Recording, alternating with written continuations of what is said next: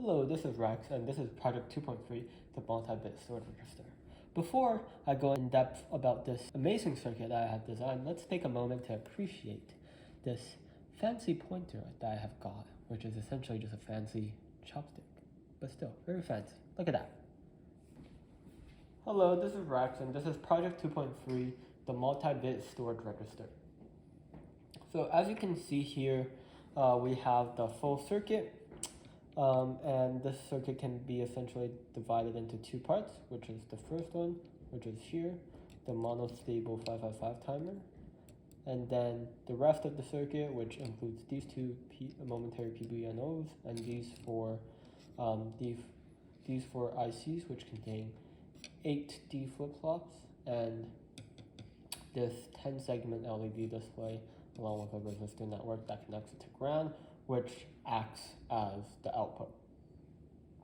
So let's go more in depth into the D flip-flops specifically. So as you can see, the D flip-flops have the D and E inputs. The E input is essentially the clock input, which has been debounced by the 555, so it is this button right here. And the D input, which is data, or delay, it can stand for both, is this middle button right here.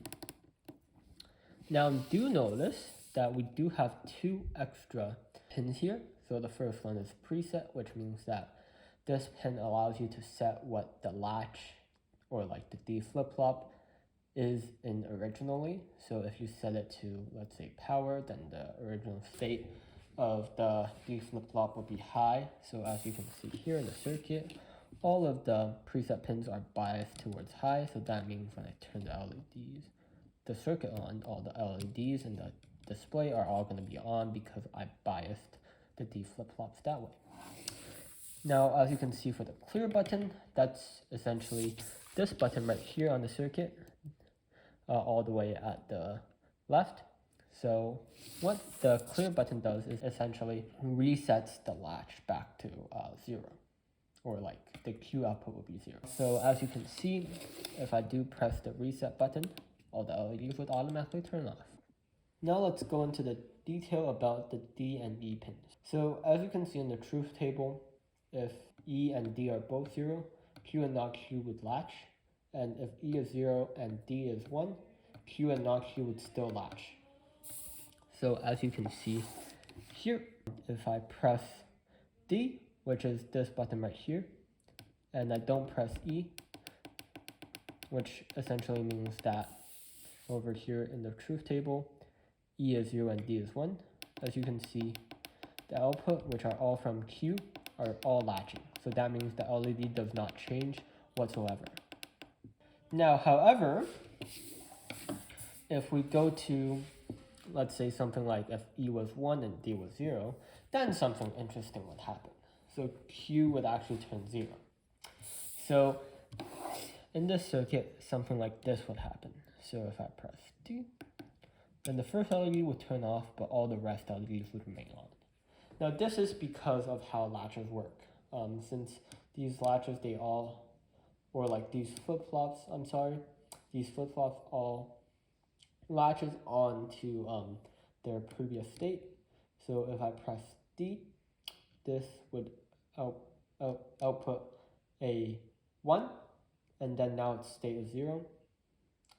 So since its state is 0, the LED will turn off, but it still output a 1 to the second flip-flop, and since the clock input is also 1, then the LED will stay on, and this would still output to the rest of all the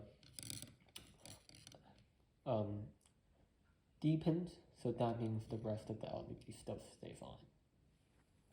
Now, moving on. If both E and D were 1, then Q would become 1. So this is actually really simple to explain.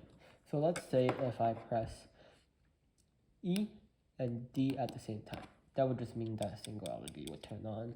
And if I press D and E again, the LED would turn on again. So essentially what this means is that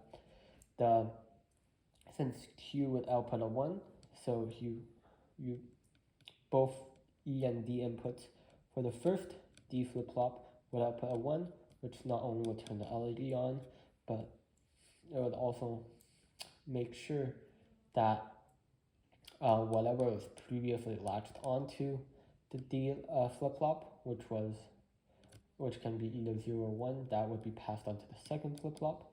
So essentially the second flip-flop now has the state of the first flip-flop, and this just essentially cascades into the rest of the D flip-flops. So that is essentially how this circuit works. Thank you so much for listening.